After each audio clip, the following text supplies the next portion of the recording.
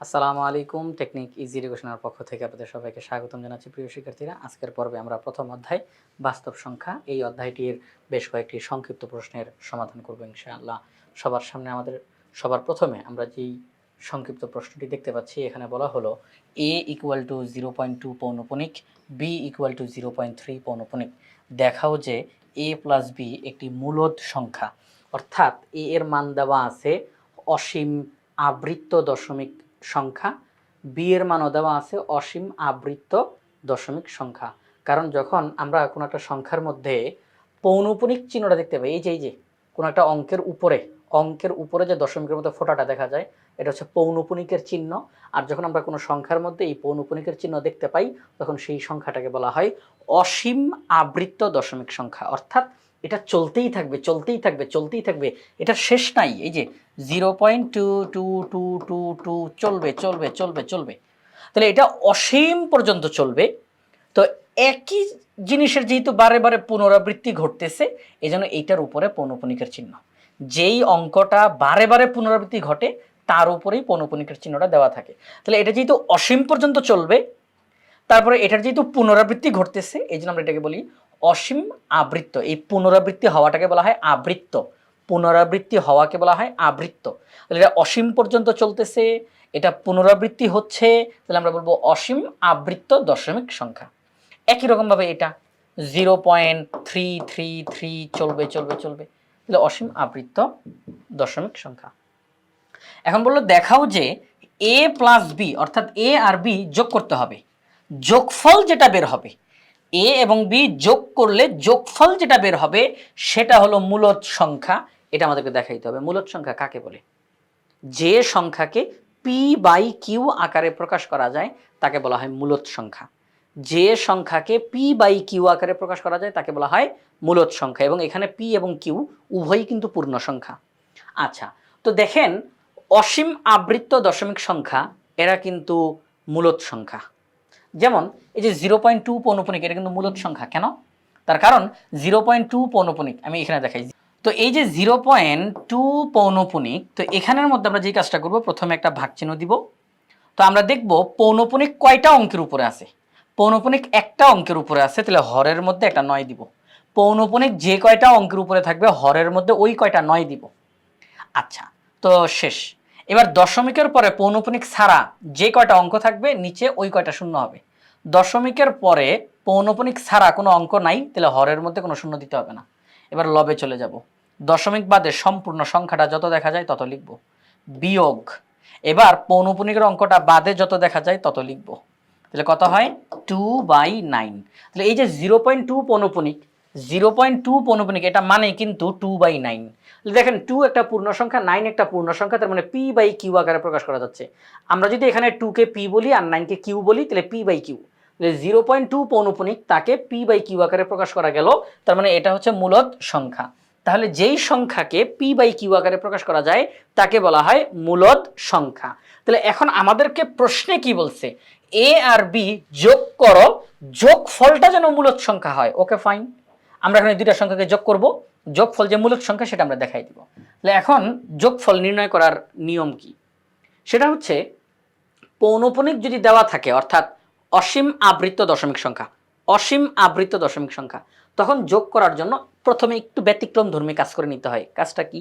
কাজটা হলো আমরা দেখব যে এই সংখ্যাটাতে দশমিকের পরে অনাবৃত অঙ্ক কয়টা, অনাবৃত্ত অর্থাৎ পৌনঃপুনিক ছাড়া, পৌনঃপুনিক ছাড়া।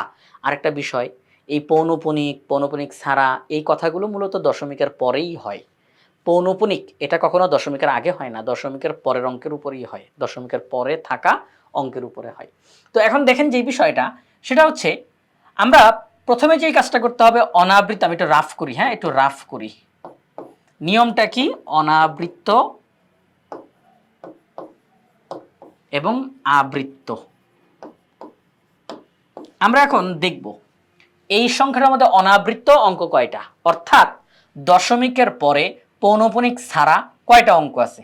0টা অঙ্ক আছে। দশমিকের পরে পৌনঃপুনিক ছাড়া একটা অঙ্কও নাই। দেখেন দশমিকের পরে পৌনঃপুনিক ছাড়া একটা অঙ্ক আছে, আগেরটা না কিন্তু, দশমিকের পরে পৌনঃপুনিক ছাড়া একটা অঙ্কও আছে নাই। তাহলে 0টা অঙ্ক, 0টা অঙ্কের উপরে পৌনঃপুনিক ছাড়া আছে। পৌনঃপুনিক দিয়ে কয়টা অঙ্ক আছে? পৌনঃপুনিক দিয়ে একটা অঙ্ক আছে। আচ্ছা ঠিক আছে। এরপরে আসেন দ্বিতীয় সংখ্যাতে যাই, একই রকম কথাবার্তা। দশমিকের পরে পৌনঃপুনিক ছাড়া অর্থাৎ অনাবৃত অঙ্ক আছে 0টা, আর আবৃত্ত অর্থাৎ পৌনঃপুনিক দিয়ে অঙ্ক আছে একটা। এখন নিয়ম হচ্ছে অনাবৃত অঙ্ক আপনি যেই অঙ্কগুলো লিখলেন এদের মধ্যে সবচেয়ে বড় কত?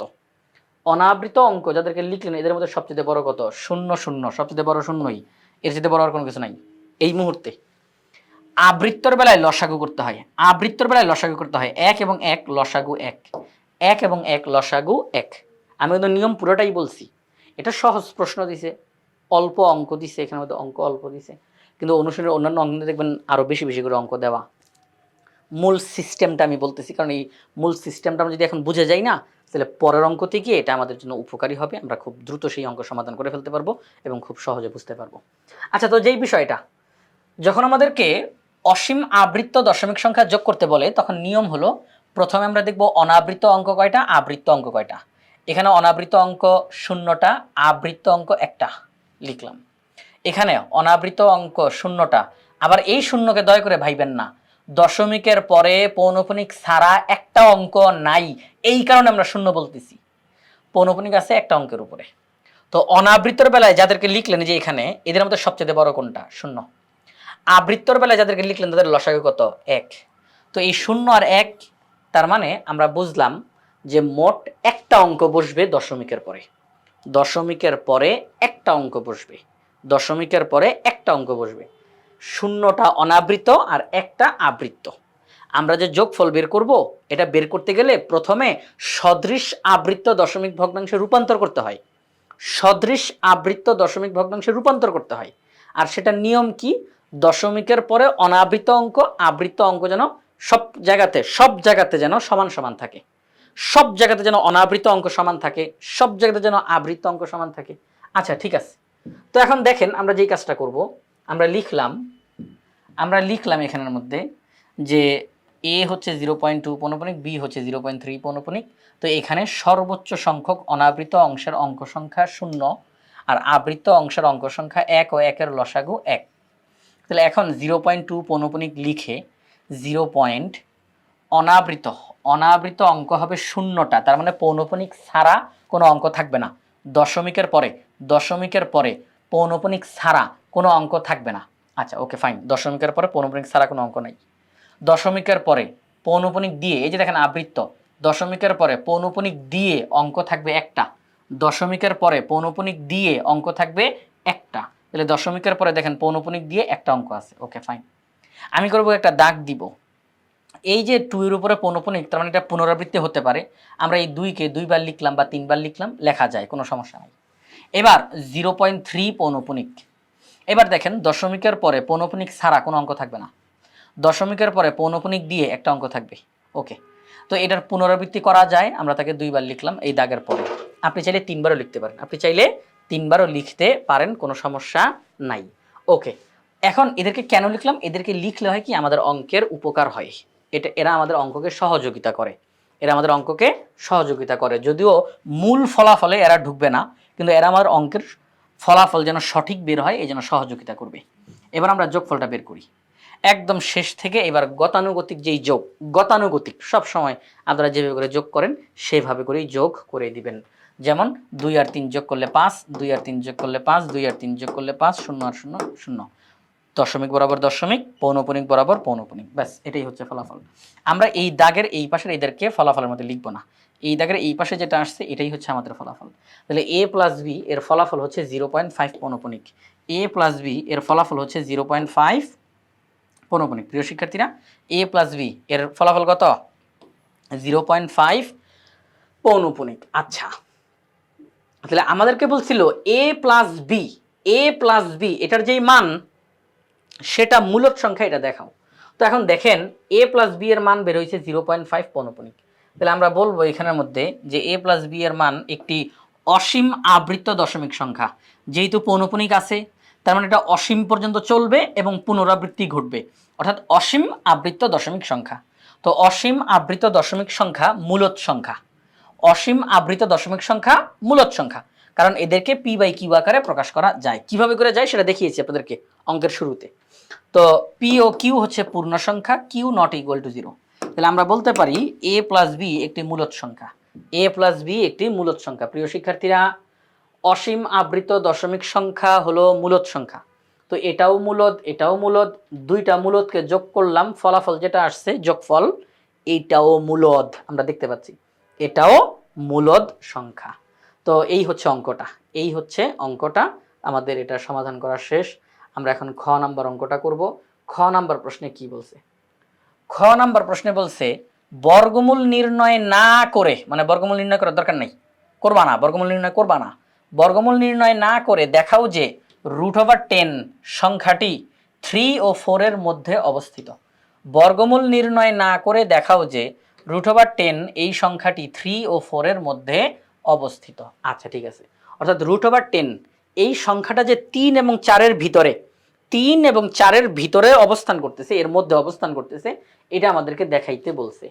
কিন্তু √10 এটা আমি ক্যালকুলেটর টিপ দিয়ে এটার রেজাল্ট বের করতে মানা করছে, যে √10 এটার ফলাফল কত এটা বের করতে মানা করছে। এই যে এটা ফলাফল বের করতে মানা করছে। আচ্ছা, তো আমরা এখন যেই কাজটা করতে পারি, যে রুটের ভিতরে যে 10 আছে, রুটের ভিতরে যে 10 আছে, আমরা করব কি, এই 10-এর এক আগের, এই 10-এর আগে, 10-এর আগে একদম কাছাকাছি পূর্ণবর্গ সংখ্যা যেটা, সেটা আমরা লিখব 10-এর আগে, তবে 10-এর একদম কাছাকাছি, 10-এর আগে কিন্তু একদম 10-এর একদম কাছাকাছি পূর্ণবর্গ সংখ্যা কোনটা সেটা আমরা লিখবো, সেটা হচ্ছে 9।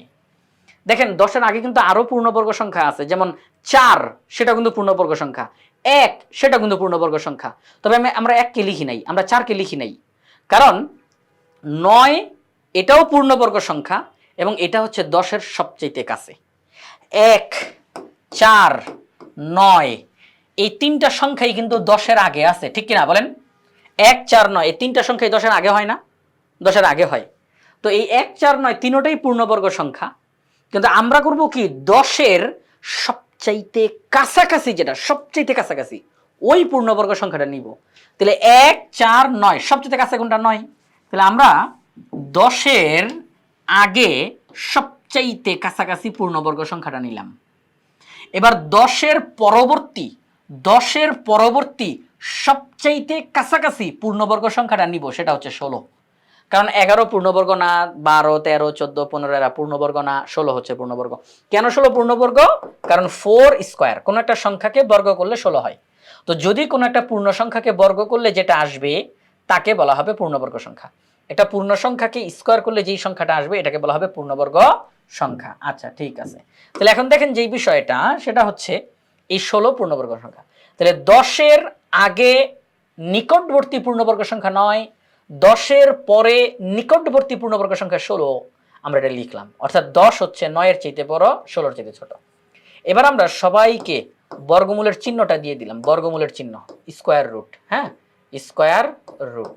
আচ্ছা, এখন দেখেন 9-কে বর্গমূল করলে হয় 3, তবে 10-এর বর্গমূল আমরা করব না, 10-এর বর্গমূল করব না, মানা করছে, আমাদেরকে মানা করছে। 10-এর বর্গমূল করব না, 16-এর বর্গমূল করলাম 4। তো খেয়াল করে দেখেন 9-এর বর্গমূল 3, 16-এর বর্গমূল 4, কিন্তু 10-এর বর্গমূল আমি করি নাই। কিন্তু আমি কি দেখতে পাচ্ছি বলেন তো? আমি কিন্তু 10-এর বর্গমূল করি নাই, কিন্তু কি দেখা যাচ্ছে? দেখা যাচ্ছে √10 এটা হচ্ছে 3-এর চাইতে বড়, 4-এর চাইতে ছোট। √10 এটা 3-এর চাইতে বড়, 4-এর চাইতে ছোট। তো প্রিয় শিক্ষার্থীরা, সংখ্যা রেখায় 3 আর হচ্ছে 4, তো এই √10 এটা 3 এবং 4-এর ভিতরে আছে, 3 এবং 4-এর ভিতরে আছে।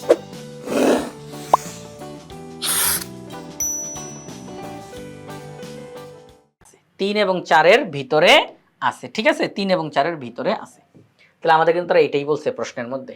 তোমরা লিখলাম, আমরা জানি 10 এটা 9-এর চাইতে বড়, 16-এর চাইতে ছোট, সবাইকে বর্গমূল করলাম, কিন্তু 10-এর বর্গমূলের ফলাফল বের করি নাই। 9-কে বর্গমূল, 16-কে বর্গমূল, কিন্তু 10-এর বর্গমূল করি নাই।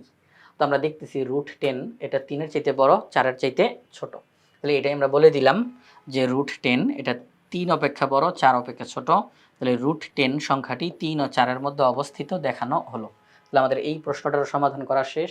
এখন প্রিয় শিক্ষার্থীরা, একটু আগে যে এখানে তো অনেক বকবক করলাম, তাই না, যে a প্লাস বি কীভাবে করে নির্ণয় করতে হয়, সদৃশ আবৃত দশমিক সংখ্যা, এই যে এত কথাবার্তা বলছি, এইটা এখন আমাদের এই গ নাম্বারে কাজে লেগে যাবে, আমাদের গ নাম্বারে কাজে লেগে যাবে। এখানে বলছে 1.2574 উপরে পৌনঃপুনিক, 0.3612 এর উপরে পৌনঃপুনিক। এই যে দুইটা অসীম আবৃত দশমিক সংখ্যা, এদেরকে সদৃশ সদৃশ আবৃত দশমিক ভগ্নাংশে প্রকাশ করার জন্য, এখানে যে দুইটা সংখ্যা দেওয়া, এদেরকে সদৃশ আবৃত দশমিক ভগ্নাংশে প্রকাশ করার জন্য। তো আসেন ওই সদৃশ আবৃত দশমিক ভগ্নাংশ এটা নিয়ে আবার একটু কথা বলি, ক্লিয়ার করি আরও। সেটা হচ্ছে সদৃশ মানে কি, দেখতে একই রকম, সদৃশ দেখতে একই রকম। আচ্ছা, তো এই যে সদৃশ আবৃত দশমিক ভগ্নাংশ, এটার মানে হলো আমরা যেই সংখ্যাগুলোকে লিখব, প্রত্যেকটা সংখ্যার মধ্যে দশমিকের পরেও অনাবৃত অঙ্ক যেন সমান থাকে। অর্থাৎ আমি, প্রিয় শিক্ষার্থীরা দেখেন, আমি যদি এখানে এমন করি যে 3টা অঙ্ক লিখলাম, এর আগে একটা অঙ্ক, আমি একটার উপরে দিলাম পৌনঃপুনিক, দশমিকের পরে 2টার উপরে আমি পৌনঃপুনিক দিলাম না। এখানের মধ্যে একটার উপরে পৌনঃপুনিক দিলাম, এখানের মধ্যে একটার উপরে পৌনঃপুনিক দিলাম। খেয়াল করেন সবাই সবাই সবাই ভালো করে খেয়াল করেন ভাইয়া, সবাই একটু ভালো করে খেয়াল করি। এটাও একটা অসীম আবৃত দশমিক ভগ্নাংশ, এটা অসীম আবৃত দশমিক ভগ্নাংশ, এটা অসীম আবৃত দশমিক ভগ্নাংশ। এখানে দশমিকের আগে একটা অঙ্ক আছে, এখানে দশমিকের আগে 2টা অঙ্ক আছে, এখানে দশমিকের আগে একটা অঙ্ক আছে। প্রথমে বলে রাখি, দশমিকের আগের অঙ্ক নিয়ে আমাদের কোনো মাথা ব্যথাই নাই। দশমিকের আগে কয়টা অঙ্ক আছে, কি আছে, আমাদের এটা নিয়ে কোনো চিন্তা করারই দরকার নেই, এখানে কোনো কাজ নাই। দশমিকের আগে আমাদের কোনো কাজ নাই। তাহলে দশমিকের আগে একটা, দশমিকের আগে 2টা, দশমিকের আগে একটা, দেখারই দরকার নেই কি আছে না আছে। যা কাজ হবে দশমিকের পরে, যা কাজ হবে দশমিকের পরে। এবার খেয়াল করেন, দশমিকের পরে অনাবৃত অঙ্ক কয়টা? অনাবৃত মানে কি? পৌনঃপুনিক ছাড়া। দশমিকের পরে পৌনঃপুনিক ছাড়া 2টা অঙ্ক। আবৃত্ত কয়টা? একটা। দশমিকের পরে অনাবৃত কয়টা? 2টা। আবৃত্ত কয়টা? একটা। দশমিকের পরে অনাবৃত কয়টা? 2টা। আবৃত্ত কয়টা? একটা। তাহলে দেখেন তো ভাইয়া, এই সংখ্যাটার মধ্যে দশমিকের পরে যে কয়টা অনাবৃত, এখানেও কি সেই কয়টা অনাবৃত? এখানেও কি সেই কয়টা অনাবৃত? তাহলে সব জায়গাতে অনাবৃত সমান সমান হইছে। এখানে আবৃত্ত একটা, এখানেও আবৃত্ত একটা, এখানেও আবৃত্ত একটা, সব জায়গাতে সমান সমান হইছে। সব জায়গাতে সমান সমান হইছে। ভাইয়া সমান সমান বলতে কিন্তু এটা বুঝায় নাই যে অনাবৃত 2টা তাহলে আবৃত 2টা হইতে হবে, এটা কিন্তু সমান সমান বোঝানো হয় নাই। এখানে সমান সমান বলতে বোঝানো হচ্ছে এখানে অনাবৃত যেই কয়টা, এখানেও অনাবৃত সেই কয়টা, এখানেও অনাবৃত সেই কয়টা। সমান সমান বলতে বোঝানো হচ্ছে এখানে আবৃত্ত যেই কয়টা, এখানেও সেই কয়টা, এখানেও সেই কয়টা। আমি বুঝতে পারছি? তো যখন আমি দেখবো যে এরকমভাবে সমান হয়ে যাবে, যে আমাকে যেই কয়টা সংখ্যা দিছে সবগুলো সংখ্যার মধ্যে অনাবৃত অঙ্ক সমান হইছে, আবৃত্ত অঙ্ক সমান হইছে, তখন আমরা এই সবগুলো সংখ্যাকে বলবো সদৃশ আবৃত্ত দশমিক ভগ্নাংশ। সদৃশ আবৃত্ত দশমিক ভগ্নাংশ। যেহেতু অনাবৃত মিলে গেছে এবং আবৃত্ত মিলে গেছে, মানে সমান সমান হইছে, সুতরাং এদেরকে বলা হবে সদৃশ আবৃত্ত দশমিক ভগ্নাংশ। অর্থাৎ আমরা মূল খেয়াল করব দশমিকের পরে, দশমিকের পরে অনাবৃত কি সবাই সমান হইছে কিনা, আবৃত্ত কি সবাই সমান হইছে কিনা, বাস এটা হচ্ছে বিষয়। এখানে আমরা একটা কথা আমি একটু বলে রাখি, সেটা হচ্ছে আমরা কিন্তু সংখ্যার দিকে তাকাবো না যে কত আছে, আমরা কিন্তু সেটা দেখবো না। এখানে 1 আছে, এখানে 2 আছে, এখানে 3 আছে, এখানে 5 6 7, এখানে 8 9 2, আমি অঙ্ক কত আছে এটা আমার দেখার দরকার নেই, আমি দেখব অনাবৃত কয়টা, আবৃত্ত কয়টা। এখানে অনাবৃত 2টা, আবৃত্ত একটা। কত কত এটা আমার দেখার দরকার নেই। অনাবৃত 2টা, আবৃত্ত একটা, অনাবৃত 2টা, আবৃত্ত একটা, অনাবৃত 2টা, আবৃত্ত একটা। ক্লিয়ার? আমি কি বুঝাতে পারলাম? আচ্ছা ঠিক আছে। তাহলে তখন এদেরকে বলা হবে সদৃশ আবৃত্ত দশমিক ভগ্নাংশ। দশমিকের পরে অনাবৃত এবং আবৃত সমান আছে, তাহলে এরা হচ্ছে সদৃশ আবৃত দশমিক ভগ্নাংশ। তাহলে এখন আমরা আমাদের যেই প্রশ্নটা দিল, আমাদের প্রশ্নে দেওয়া আছে 1.2574 পৌনঃপুনিক, আর এখানে আছে 0.3612। 6 এবং 2 এর উপরে পৌনঃপুনিক। আচ্ছা, তো এখন দেখেন যেই বিষয়টা আমাদেরকে সদৃশ আবৃত দশমিক ভগ্নাংশ বানাইতে হবে। তো আমরা দেখতেছি এখানে দশমিকের পরে অনাবৃত দুইটা, দশমিকের পরে অনাবৃত একটা, মিলে নাই তো, সমান হয় নাই। আমাদেরকে কাজ করতে হবে, আমাদেরকে কাজ করতে হবে, অনাবৃতকে যেভাবেই হোক সমান বানাইতে হবে। এখানে দুইটা, এখানে একটা, হবে না? হবে না? দুই জায়গাতেই দুইটা দুইটা করে থাকতে হবে। তারপরে এখানে আবৃত দুইটা আর এখানে আবৃত তিনটা, সমান হয় নাই, সমান বানাইতে হবে। তো সিস্টেমটা কি? সিস্টেমটা কি এই সমান বানানোর? সিস্টেমটা হলো, ভাইয়া সবাই একটু খেয়াল করেন, সিস্টেমটা হলো আমরা দেখব এখানে অনাবৃত কয়টা? দুইটা। আর আবৃত কয়টা? দুইটা। এখানে অনাবৃত কয়টা? একটা। আর এখানে অনাবৃত কয়টা? তিনটা। এবার নিয়ম হচ্ছে অনাবৃত যাদেরকে লিখছেন তাদের মধ্যে সবচেয়ে বড় কত? 2। অনাবৃত এখানে যাদেরকে লিখছেন তাদের মধ্যে সবচেয়ে বড় কত? 2। তার মানে বেশি সংখ্যক অনাবৃত অঙ্ক কয়টা? বেশি সংখ্যক। তো এক জায়গায় অনাবৃত অঙ্ক একটা, আর এক জায়গায় অনাবৃত অঙ্ক দুইটা, তাহলে বেশি সংখ্যক হচ্ছে দুইটা।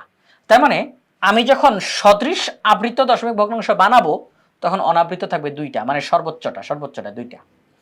এবার আমরা যাব আবৃত্তর এখানে। আবৃত্তর এখানে কম বেশি দেখার সুযোগ নাই, সেখানে করতে হয় লসাগু। আবৃত্তর বেলায় করতে হয় লসাগু। তাহলে 2 আর 3 এর লসাগু হচ্ছে 6, তার মানে আবৃত্ত অঙ্ক হবে 6টা। তাহলে আমি যখন এখন অঙ্কটা ঠিকঠাক করে লিখতে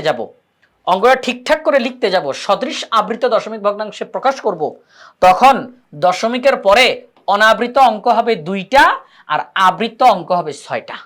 অনাবৃত অঙ্ক 2টা, আবৃত্ত অঙ্ক 6টা, এইভাবে করে মিলবে। এখানেও দশমিকের পরে অনাবৃত অঙ্ক 2টা, আবৃত্ত অঙ্ক 6টা। এখানেও দশমিকের পরে অনাবৃত অঙ্ক 2টা, আবৃত্ত অঙ্ক 6টা।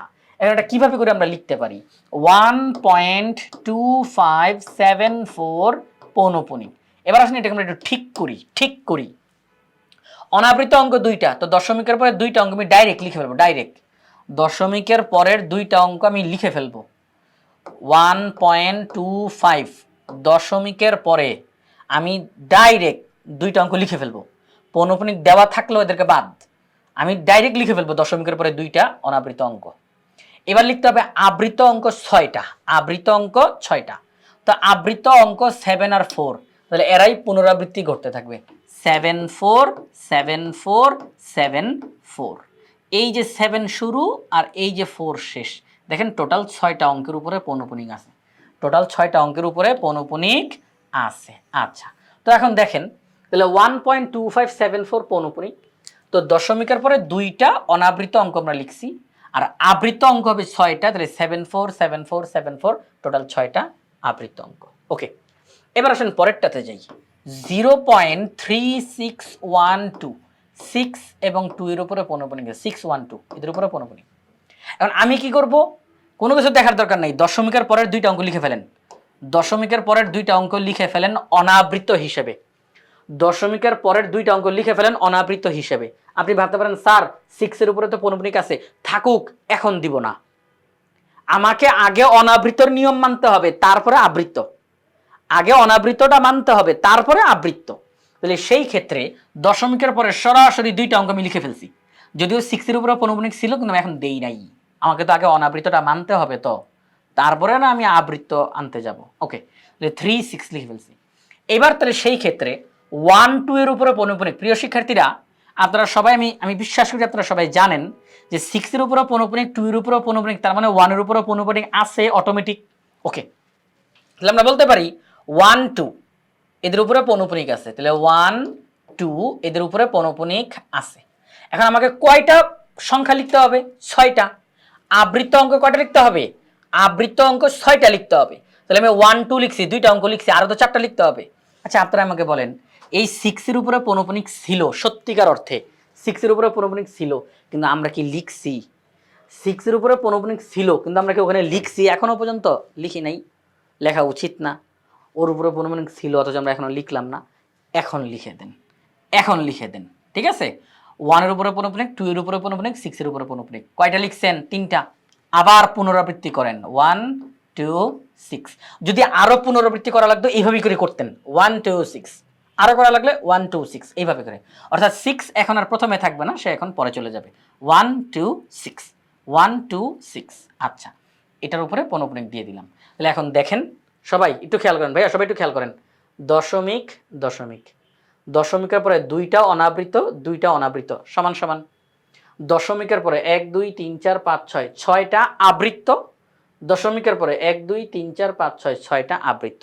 সব মিলছে? হ্যাঁ, সব মিলছে। তাহলে এদেরকে বলা হবে সদৃশ আবৃত্ত দশমিক ভগ্নাংশ।